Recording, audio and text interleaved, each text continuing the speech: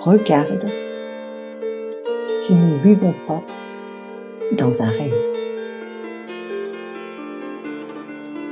Que vois-tu? Alors, je vois rien de particulier. Je reposais la question dans le sens où toi tu la mettais en négatif et du coup je l'ai remis en positif. Est-ce que nous vivons dans un rêve plutôt qu'est-ce que nous ne vivons pas dans un rêve? C'était ça ta question, hein? Vivons-nous pas dans un rêve? Ouais. Donc tu avais le pas. Et c'est étrange parce que elle inspire, ça me dit oui, elle expire, ça me dit non. Ah. C'est comme s'il y avait un mouvement d'entrée, de sortie du rêve. Alors, est-ce que ça veut dire qu'on entre et on sort avec la respiration? Non, c'est juste pour montrer qu'il y a un mouvement d'entrée et de sortie. Donc ça me parle de cycle. Et il y aurait en fait à visualiser les cycles comme les cycles jour-nuit, mais à plein d'échelles différentes. La vie, la mort, tu vois, la naissance, la mort plutôt. Ouais, ça me le présente comme cyclique et même dans la journée, même les yeux ouverts, il y a comme des entrées et sorties du rêve. Et ça ne définit pas ce qu'est le rêve, hein, pour autant. C'est juste qu'il y a des changements d'état de conscience. Donc il y aurait comme des absences, des présences dans le mouvement, comme un mouvement respiratoire. Et là, c'est dans le cas où on est dans le flux de la vie. Parce que ça me parle aussi de l'activité, de la suractivité physique, de l'activité d'être absorbé à l'extérieur. Ça voudrait dire qu'on oublie de vivre à ce moment-là? Oui. Oui, on pourrait dire ça. Et en même temps, ça me dit que c'est la vie, hein. C'est des modes. C'est intéressant, il y a plein de choses comme des analogies qu'on peut faire, qu'on peut observer. Et là, j'ai vraiment une relation avec la respiration et l'alternance, sachant qu'il y a un mouvement qui est pas jour-nuit, mais qui est continu en fait, hein. C'est oui, on pourrait aussi visualiser le lemniscate, le mouvement de vie. Donc en fait, quand tu reposes, est-ce qu'on est dans un rêve ou est-ce qu'on ne serait pas dans un rêve? Ça me le fait oui, non, jour, nuit. Et tu sais, comme les enfants qui allument la lumière là, jour, nuit, avec quand même des progressions entre chaque. Le jour, est-ce qu'il y a une différence du jour et quand on est dans le sommeil? Tu comprends ce que je veux dire? Oui, je vois. Ouais. En fait, ça me dit non. Il y a quand même une question de durée de l'état qui est différente, le jour et la nuit. Mais ce sont les mêmes états ou les mêmes accès, ça me dit. Et on va poser le mot de rêve quand on perçoit un changement d'état. Et pour certains, le rêve, ce sera l'éveil, éveil les yeux ouverts et dans la vie, sa réalité, les yeux ouverts, on va dire. Pour d'autres, c'est l'inverse, c'est possible. Et en fait, c'est une question de point de vue. On peut mettre le rêve à différents points de vue dans ce mouvement. À partir du moment où on perçoit des changements d'état. Donc tout ça, c'est la même chose, mais c'est des différences de point de vue, de ressenti, d'état. Donc, dans le jour, voilà, nous vivons tout ça. La nuit, est-ce que la nuit, c'est juste fait pour reposer notre corps physique et tout le reste continue à vivre Parce qu'on dit toujours quand on dort, tout continue, notre âme, notre conscience, notre esprit, tout continue. Ouais, il n'y Est-ce a que pas c'est ça? d'interruption. Ça, c'est vrai. Par Voilà. contre, ça me dit non pour, mais j'ai oublié, c'était quoi là Le pour le corps, début de la le question? corps physique. Ah oui, Quand on, pour le le corps. jour, Oui, oui. Ouais, ça me dit non pour ça. oui, mais Alors, si on dort pas du corps aujourd'hui, oui, oui, parce physique, que en fait, oui, ça me dit que l'amplitude est trop forte entre ce qu'on demande au corps la journée. Et en voilà. effet, on peut avoir cet effet de repos du corps pendant la nuit, ou la phase sommeil, phase de rêve. Mais c'est pas le but. C'est normal, c'est naturel dans le mouvement de vie, ces changements d'état. C'est Parce que naturel parce ça peut varier suivant les cultures, suivant les lieux, suivant les personnes. Donc c'est pas une généralité. Le besoin de repos du corps, il est pas dépendant de la nuit ou de changement d'état. Alors attends, ça peut induire quand même. Attends, des changements d'état. Oui, il y a des liens entre les activités corporelles et les changements d'état, mais c'est pas le but, le repos. C'est nos sociétés qui de suractivité du corps qui induisent ces moments, ces besoins de repos. C'est pareil, ça pourrait être dans la journée, ça pourrait être inversé. D'ailleurs, pour certains qui bossent de nuit, c'est inversé.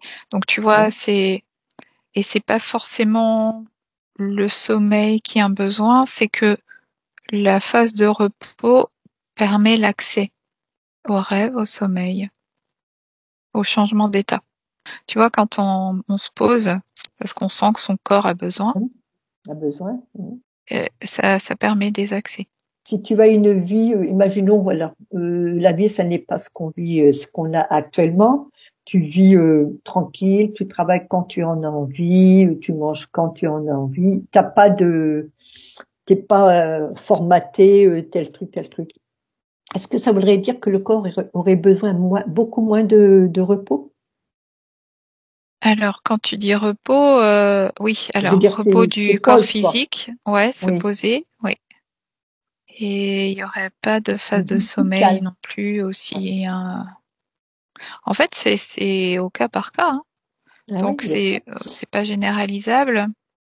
Mais en général, est-ce que l'être humain aurait besoin constamment Ben là, ça me dit oui de par rapport au bouger? collectif Oui, bien sûr, de, actuellement. de la roue, la roue Hum, collective, ça me dit. La hum. roue du hamster. Il tourne pour revenir toujours au même but, quoi. Oui, il y a des calages sur le collectif à plein d'échelles différentes, beaucoup plus que sur son rythme personnel. D'ailleurs, qui connaît vraiment son rythme personnel? Personne, sauf dans les expériences d'immersion dans des grottes là pendant je sais pas combien de temps. Hum. Mais oui, c'est intéressant. Et si on revient sur des questions de rêve et de réalité, ça me ramène là. Ça floute, tu vois, quand je m'immerge justement dans cette expérience d'isolement pour le corps physique, pour voir les rythmes Hum. internes. Ça me parle de flou. Il y a plus de flou, de flou artistique entre le rêve et la réalité, tel que nous, on le poserait là Hum.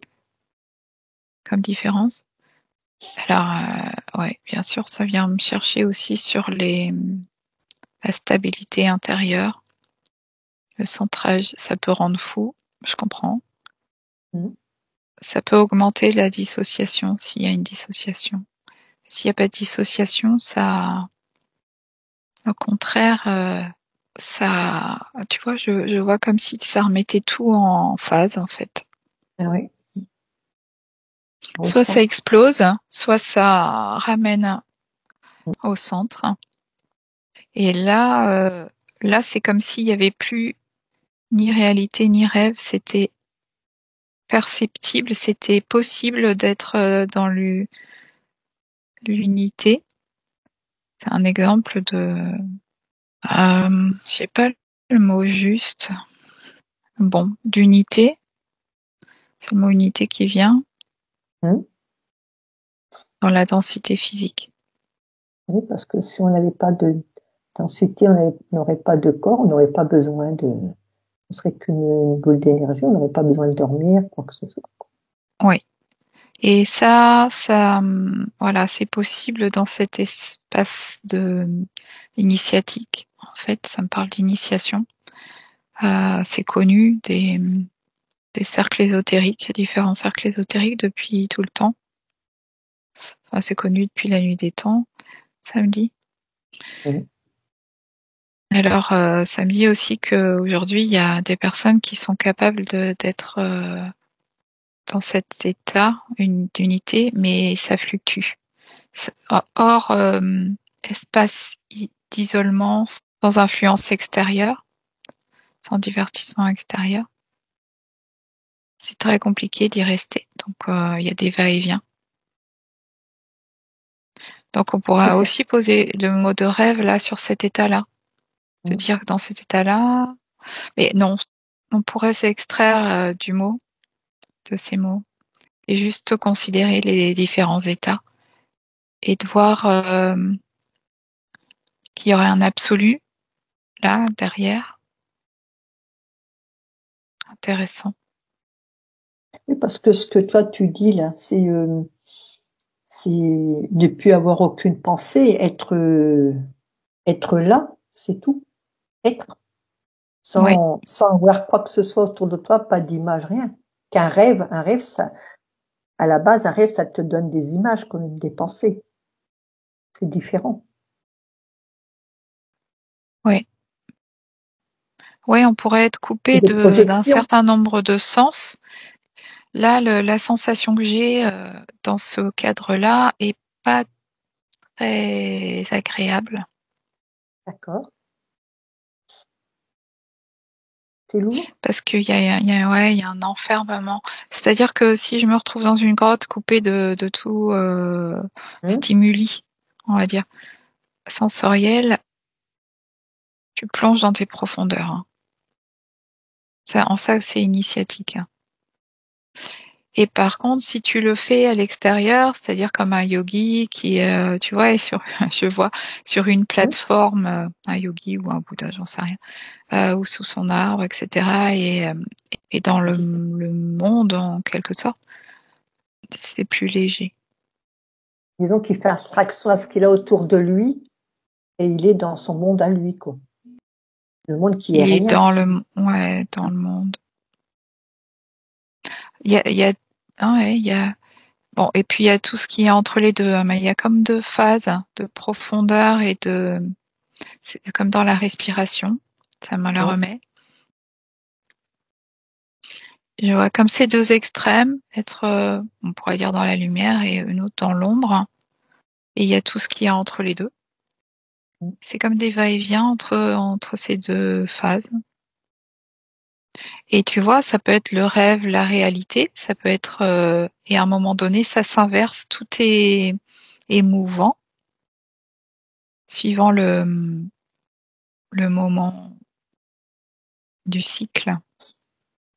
Donc, ça me ramène au fait que il y a une question d'espace-temps ici, qui fait qu'on pose ce terme de rêve ou de réalité. Est-ce qu'il y a un moment propice dans la journée pour être, comme tu dis, sans rêve, sans rien,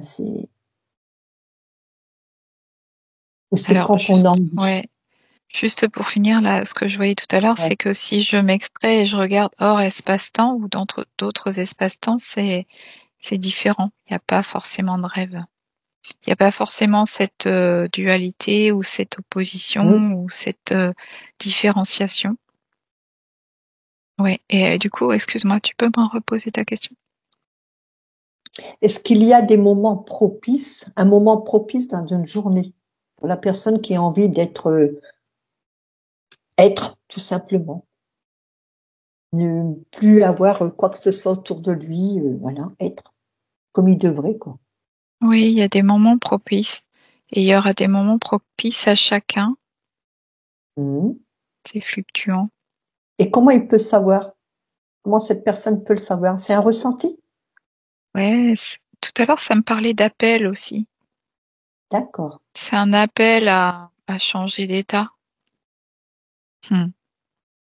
Ben oui, comme on pourrait dire le besoin de sommeil, hein, mais tu vois, comme par exemple le besoin de faire la sieste après manger, c'est en fait plus des besoins de transition du corps entre le repos et l'activité que des besoins du corps. Bah, il y a la question de digestion, ok.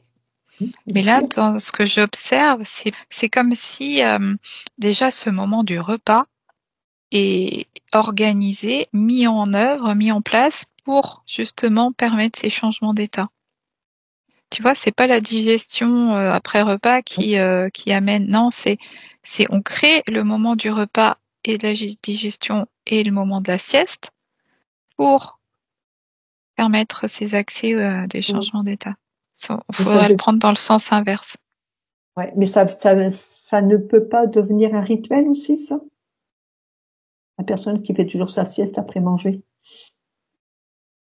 S'il Oui, le fait oui. pas, il se sent pas bien dans la journée. Ah bah J'ai oui, connu oui, des mais personnes comme ça. manger le midi de telle heure, ce sont des rituels, hein. Oui, c'est ça. Et ce sont des rituels et ça répond à un certain nombre de besoins Mm. qui sont pas celui de manger ou de, Ah oui, mais comme tous les rituels, hein, ah samedi. oui. Alors, tu sais, une personne, tu sais, des fois, tu es avec du monde, tout ça, ça parle, ça discute, ça rigole tout.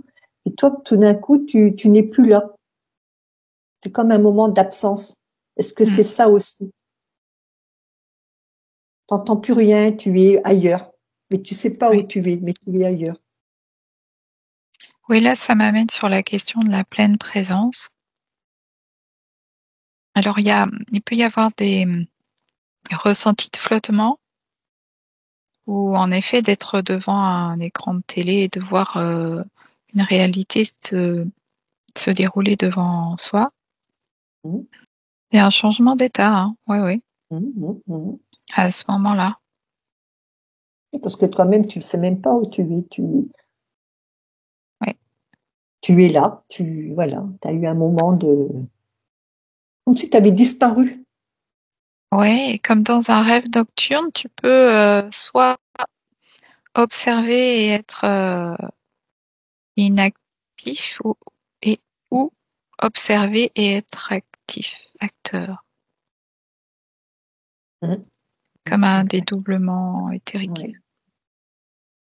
Et je vois que c'est compliqué de faire les deux sans être dissocié, acteur et observateur, et que, alors ça me dit que c'est possible d'être les deux en même temps, bien alignés, tu vois, Ah oui. Mhm.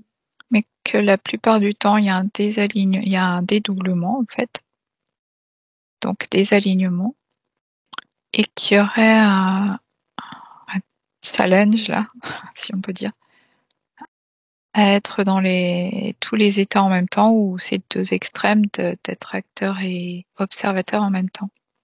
Mhm. Donc, être dans le corps complètement investi dans son territoire, Mhm. et en même temps être conscient, donc observateur de ce qui se joue. Ça, c'est comme tu es dans un endroit et tu as l'impression que le temps s'est arrêté. Et ce que tu vois, tu le vois, mais comment je pourrais expliquer? Il y a pas d'image, quoi. Mais tu sais que c'est ça, qu'il y a, imaginons la nature, quoi, tu vois, les arbres, tout. Tu sais que c'est ça, mais quand tu regardes, t'arrêtes le temps et tu vois plus ça. C'est quoi ça? Tu ne vois plus rien, mais tu es bien, il y a de la clarté, tout. Tu voudrais ne plus bouger, rester là. D'accord, oui.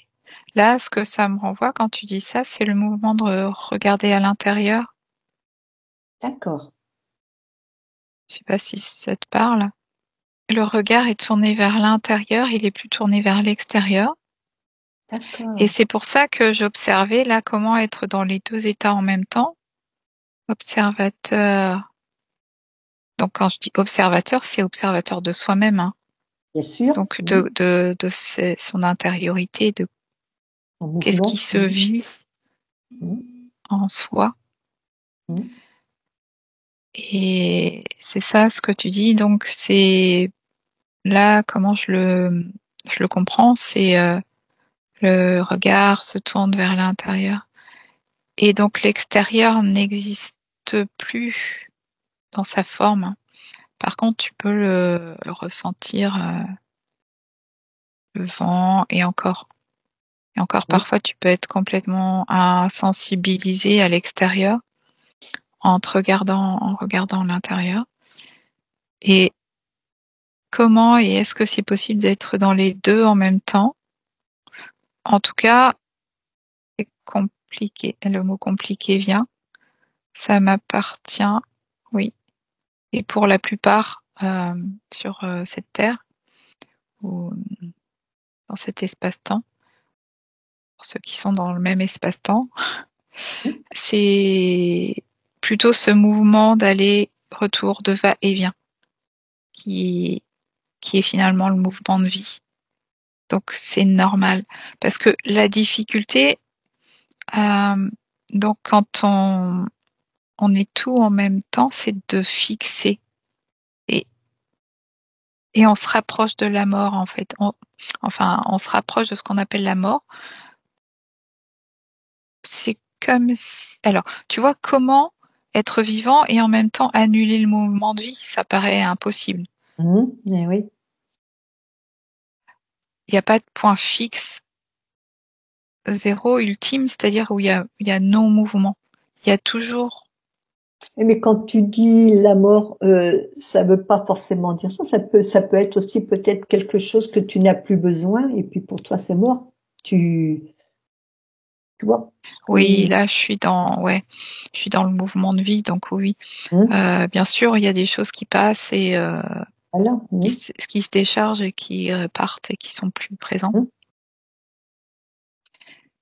En fait, c'est la vie ou non-vie plutôt que mort. Parce que oui, quand on parle de mort, nous, par rapport à la naissance, on passe à un autre état et c'est pas l'arrêt énergétique du mouvement de vie. Mais là, j'observe donc comment ce serait d'être au centre, au point fixe. Non, il y a toujours quelque chose qui est en mouvement ici. Et aussi loin, au large, bas, comme on veut, que je regarde, il y a toujours ce mouvement de vie. Parce que c'est inscrit dans nos cellules.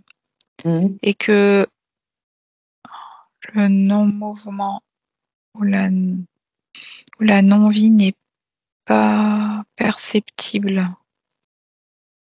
n'existe pas pour ma condition, pour notre condition.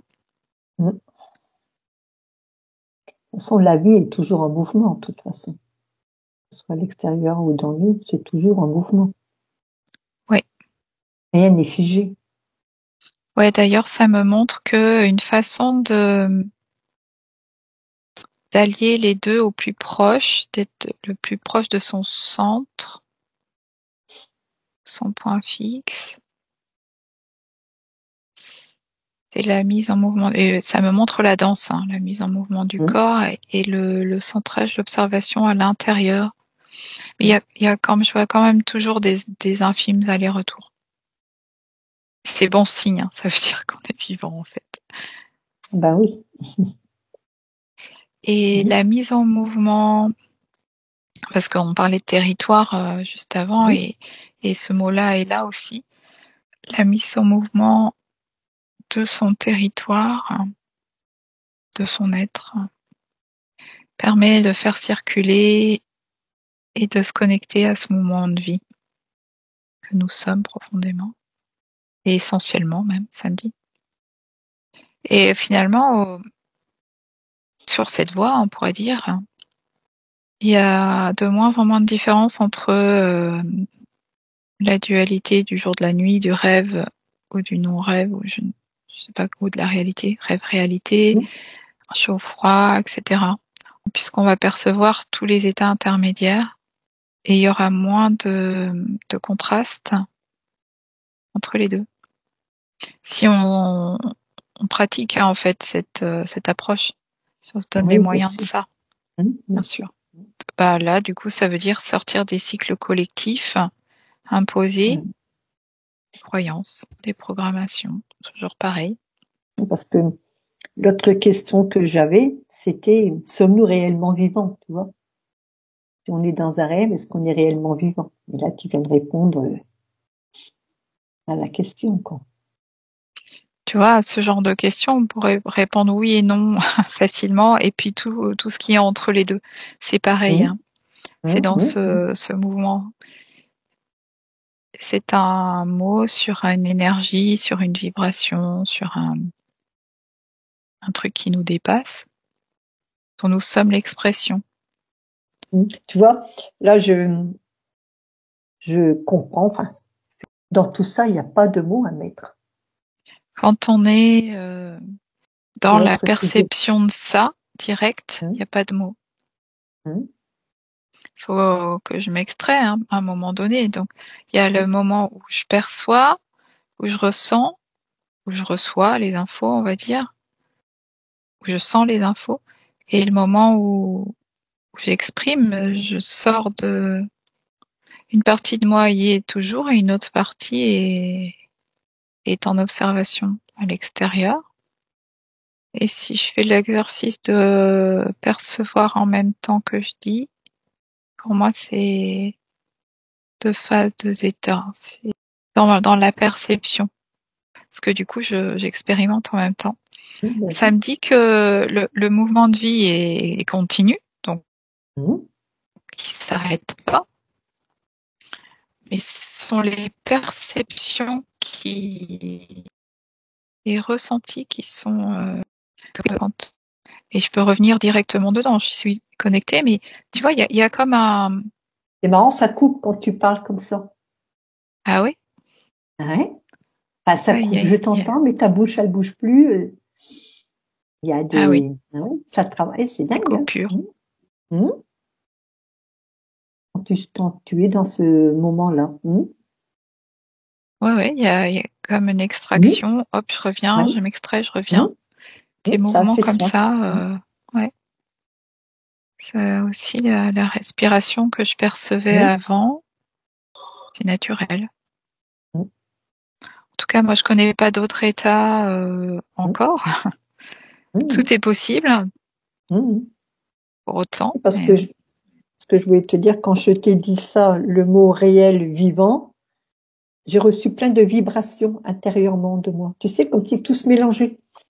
Oui, il y a un moment donné, en Hum, fait, il y a les extrêmes et tous les possibles entre les deux. hum. Ouais. Et la réunion des deux, bien sûr. Voilà, c'est ça. Hum, Et là, je vois l'algue dans la mer qui bouge. Le mouvement de l'algue. hum. Dans le mouvement de vie, le flux de la vie. Le mot vie est grandiose, hein. C'est un mot qui est simple, mais en même temps, c'est grandiose, quoi. C'est le souffle.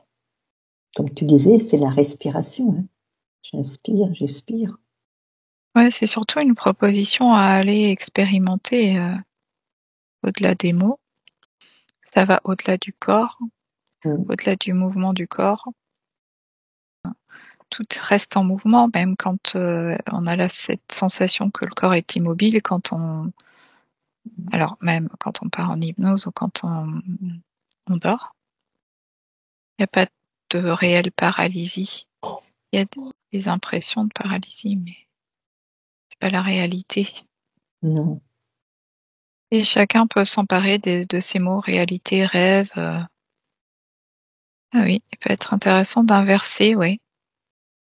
En fait, la question amène à la déconstruction Hum, des cycles, des rythmes collectifs et des conditions imposées dans le physique, en fait, par le collectif. Tout un programme, ah oui, ou toute une déprogrammation. bien sûr. Et à se déprogrammer et à faire comme toi, comme la personne a envie. Envie se reconstruire soi-même, quoi. Ouais.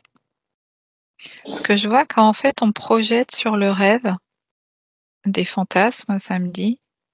C'est pareil, hein, on raconte une histoire autour de ça, et même dans l'état donc d'endormissement de ces phases soi-disant de rêve, on est induit par des égrégores, par du collectif, en fait, on pourrait dire que c'est exactement la même chose, non? Comme depuis le début, avec des états différents, mais il y a aussi des pensées qui nous appartiennent pas. Exactement. Des rêves, tout ça. Des activités induites, c'est étrange, qu'on peut aussi subir dans ces rêves par des mécanismes inconscients, puisqu'ils sont de l'ordre de la croyance ou de la programmation. Et ça me fait le lien tout à fait entre la naissance, donc ce qu'on appelle la vie, et l'après-vie, donc à la mort, où finalement il y a un changement d'état, mais on est dans les mêmes énergies. Donc si on est triste dans la vie, on sera triste dans la mort, entre guillemets. Et là, ça me met que si on est triste dans la journée, on est triste la nuit. La nuit. Donc oui, si on est triste dans son éveil, on sera triste dans son sommeil. Il y a une continuité. Donc tout ce qui est existant dans une phase l'est dans l'autre. C'est l'état qui change. Ça montre bien que c'est toi qui peux changer. Alors si tu as envie d'être triste, tu seras triste. Si tu n'as pas envie, tu seras pas triste. Ouais, ça me dit de prendre l'information, de prendre conscience de ça, de prendre l'information et de mettre la lumière là-dessus est déjà un pas important qui va induire des changements. C'est toujours s'extraire de l'histoire qui est racontée, se détacher de l'interprétation. C'est même pas se demander ce que ça nous apporte, comment je pourrais dire. Non, tout simplement prendre de la distance. C'est suffisant. C'est marrant parce que j'ai le mot peur qui s'installe là. Oui, parce que là, tu vois, quand tu fais des cauchemars ou des rêves qui te laissent de fortes impressions, ben, tu le ramènes dans ta journée. De ta journée après, tu vois, c'est le cycle aussi. Ouais, c'est une continuité. C'est encore la roue. Hein. Donc oui, tout ça, c'est un seul et même être avec des expérimentations dans des états différents. Donc peut-être que les formes pourront être adaptées, c'est-à-dire qu'il y aura peut-être plus de symbolique dans la période sommeil que dans la période... Et encore, ça me dit non, même pas. Ce sont que des croyances. C'est pareil. C'est tout pareil. Oui, donc il faut le percevoir comme la continuité. Et en effet, les informations que tu peux observer dans ton rêve aussi peuvent être matière. Oui, ça peut être aussi des informations qu'on te donne en même temps, quoi. Oui, c'est matière tant que c'est dans l'astral en tout cas. C'est à toi de bien trier, quoi. Je pense que toi, tu as déjà entendu ça, mais une fois, quoi. Ça, c'est comme la personne, oh là là, il fait froid, j'ai pas envie d'être malade. À partir de là, elle installe déjà une peur. Alors, je dirais que potentiellement, elle est déjà existante, la peur, oui. Donc, automatiquement, si elle dit ça, c'est que, pour moi, elle va être malade, puisqu'elle a déjà installé ça. Il y a tous les possibles. Donc, soit c'est projeté, en effet, ça crée la condition, soit c'est déjà existant. Tu sais, c'est comme aussi la mémoire du corps. Donc, comme des réflexes pavloviens de base, hein.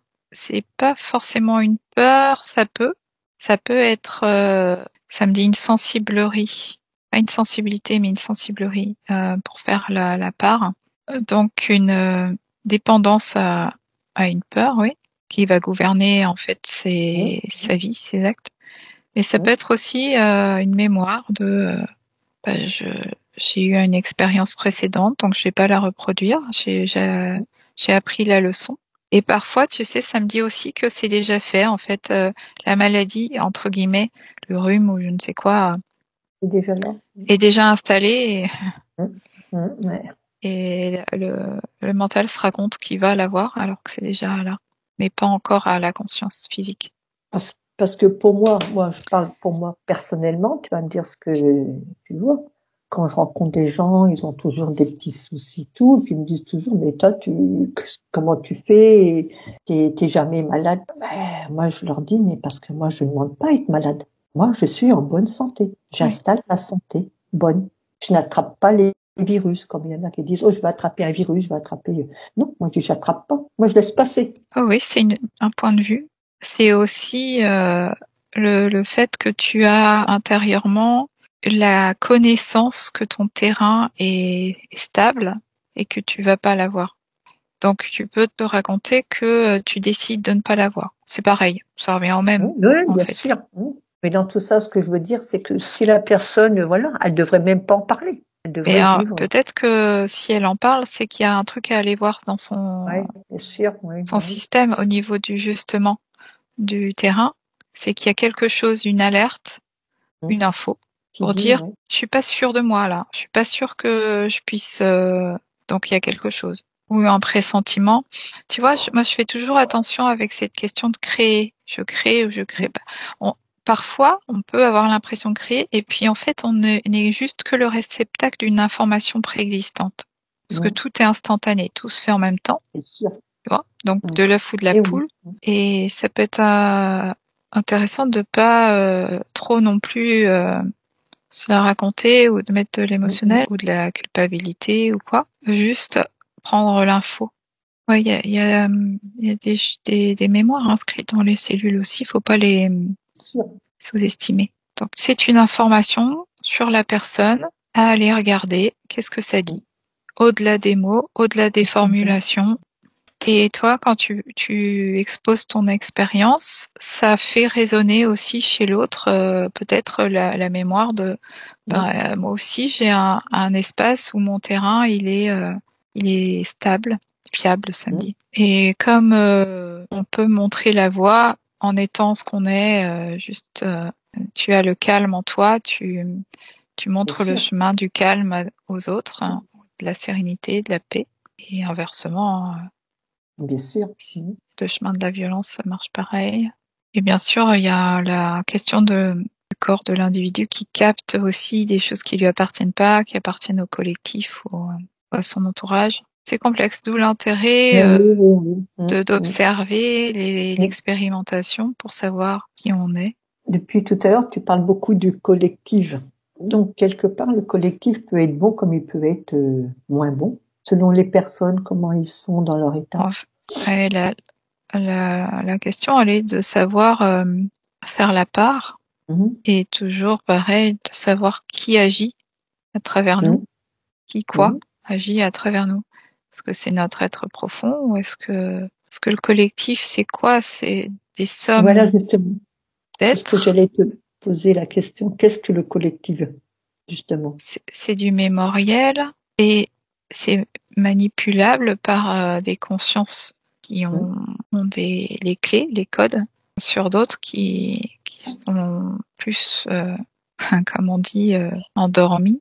Pour revenir à cette question du rêve et de la réalité, tiens. Ouais, c'est toujours la question de récupérer son territoire aussi Mhm. Ouais, on en revient. et, et de prendre place en soi, d'installer son essence de plus en plus pour justement que les vides laissés ne soient pas pris par et de l'extérieur des égrégores multiples et variés. Le collectif peut être une extension de soi ou invasif. Ça peut être le collectif qui prend place chez soi.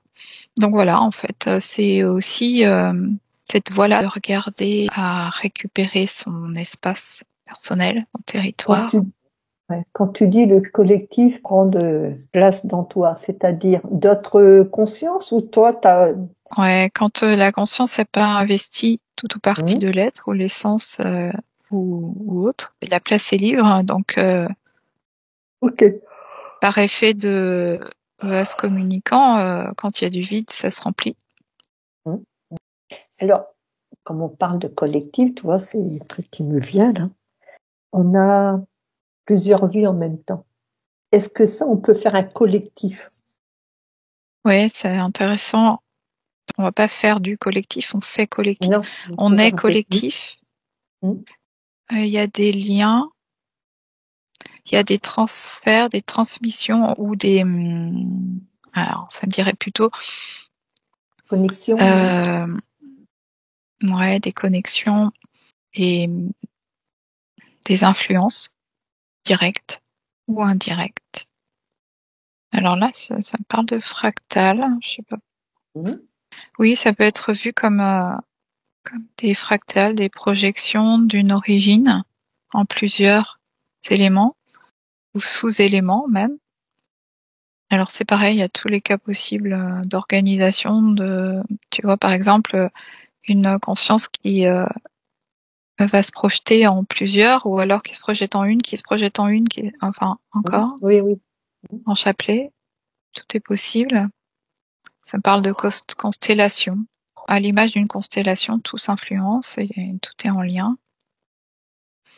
Et voilà, toutes les consciences sont en lien dans tout notre univers et au-delà. Univers, voilà, c'est ça. C'est ce que ça me disait. Et on peut, en remontant, aller chercher nos origines communes et c'est infini.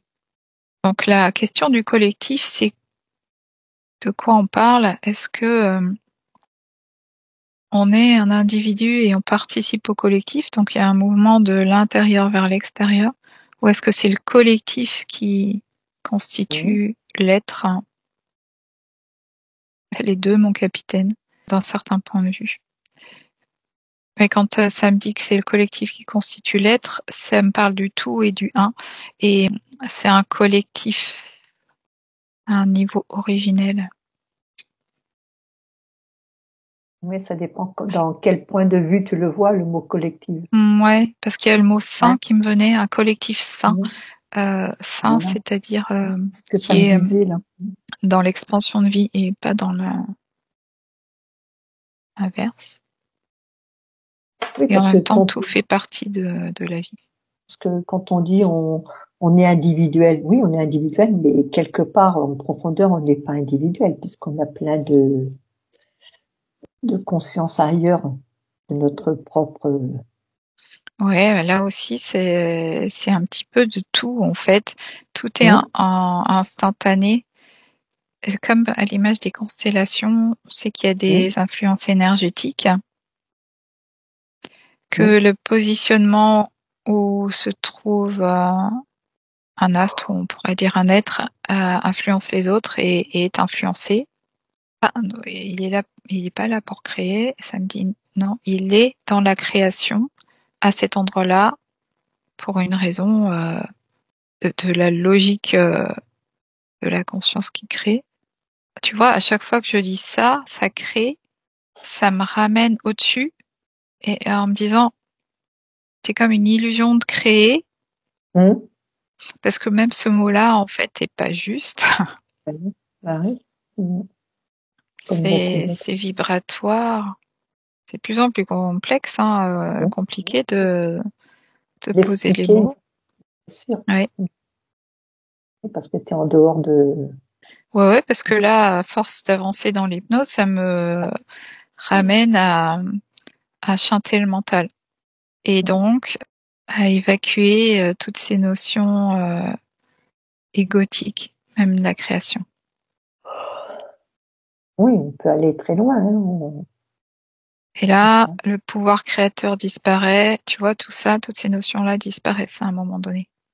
Ça veut pas dire que le pouvoir créateur disparaît, c'est la croyance de qui crée. Il n'est plus. Il y a une puissance, une force de vie. Point. Presque. Sans vouloir fixer. Là, au point où j'en suis, ouais, c'est juste ça. Et moi, je pense que une prochaine enquête, il faudra qu'on aille voir quand on est fragmenté comme ça, jusqu'où on peut aller voir ça. Ok. Il y a plein de trucs qui me viennent là, mais bon, on va pas les poser là. C'était surtout sur notre vie n'est pas. Si c'est un rêve. Un rêve. Ouais. Donc, ça a Ouais, répondu à beaucoup de questions. ça a répondu. Par contre, j'avais encore une question. Là, on parlait pour le corps, le sommeil, tout. Alors, tu sais, tu as des personnes qui dorment très peu, mais ils sont toujours en forme, ils sont remplis toujours d'énergie. C'est quoi? Pourquoi ces personnes sont avec très peu de sommeil, ça leur suffit? Alors, je vais Est-ce que c'est regarder. leur horloge biologique qui est comme ça, qu'ils se sont installés ou autre Non, chose? samedi, non. Je vais prendre une personne parce qu'il doit y avoir plein de Ouais. cas de figure. Ouais, j'ai un homme. Ce que je perçois, c'est comme une effervescence. Ouais, comme un feu intérieur. Et c'est plutôt joyeux, c'est plutôt une énergie enfantine. Ouais, une énergie de vie très forte, très puissante, très énergisante. Il y a comme un canal ouvert, plein d'informations qui passent. Alors je vois qu'il peut y avoir des moments difficiles quand même. Ça, c'est dans le cas où il y a comparaison avec l'extérieur, que ça peut en fait amener de la résistance et devenir souffrant parce qu'en plus il y a tellement d'énergie qui passe que ça fait Bien mal. sûr. Mais quand il y a, on va dire un lâcher prise ou une acceptation de la façon de fonctionner du système, c'est très énergisé et il n'y a pas de besoin de sommeil, de repos du corps. Il y aurait plutôt besoin de lâcher les résistances. Donc, alors ça, samedi, c'est ça. Ce serait pour généraliser, ça c'est possible. Plus tu lâches les résistances et moins tu as de l'épuisement énergétique, de vitalité du corps, etc. Et c'est aussi bien psychique que physique. D'accord. Ouais, donc énergétique. Ouais, ça me parle de fuite énergétique aussi. Si tu es en résistance, bah, l'énergie, il faut bien qu'elle parte quelque part. Donc, il va y avoir des failles. Alors, ça peut être préexistant, mais voilà, tout est dans cet ordre d'idée qu'il y a eu résistance ou surcharge. Hein, enfin, c'est pareil. Donc un trop plein d'énergie peut faire des failles alors. Ça peut, c'est dans les deux sens. C'est-à-dire que la surcharge crée des frottes. Enfin, tu vois, si on est dans un langage d'électricien, sur le câble et puis ça fragilise. Ça peut faire un Ouais. court-circuit? Ah oui, ça me dit oui. Ça peut faire juste une fragilité à un endroit qui va devenir physiquement une maladie, par exemple. Ouais, voilà. C'est une surcharge, une résistance. Là, c'est un cas donc où cette personne-là dormirait moins que d'autres et d'autres pourraient dormir beaucoup et c'est pas une question de résistance ou de fatigue, c'est une question de mode de fonctionnement de l'être. Tu vois, tout est possible et c'est intéressant que chacun connaisse son rythme. Ouais. Et après, les rythmes se lissent. C'est-à-dire, plus tu es proche de ton fonctionnement naturel, enfin idéal, on va dire, et plus ça se lisse, c'est fluide. C'est quoi l'idéal? Et c'est propre à chacun. Il y a autant d'idéal que d'individus. Et c'est mouvant. C'est-à-dire que c'est pas défini pour une fois pour toutes. C'est suivant Voilà. le moment, Justement, le contexte. voilà. C'est Donc c'est la suivant le personne qui mouvement de change. vie. Ah bah c'est ça, sa vie avec le reste, avec ses états d'être intérieurs, extérieurs. Enfin, c'est pour ça que c'est complexe et c'est unique. Et la résistance serait de bloquer sur un mode Ben oui, ça me remonte l'algue dans la mer avec les courants. Parce que j'entends, moi, je pense que tout le monde l'entend aussi, on dit toujours que le sommeil, c'est un réparateur, un bon sommeil. Oui, dans le sens où c'est la résultante d'une capacité à être dans le flux comme ça. Donc la réparation, elle se fait pas que dans le sommeil, c'est tout le temps. Parce que, comme je te disais, de ce que je perçois, on est dans le sommeil, entre guillemets, comme dans le non-sommeil, dans l'éveil. Tout ça, c'est une continuité. Continuité, ouais. On pourrait même dire que quand il y a une contrariété dans le sommeil, ça puisse se digérer dans la veille. Tout est possible. Pas à mettre de croyances particulières.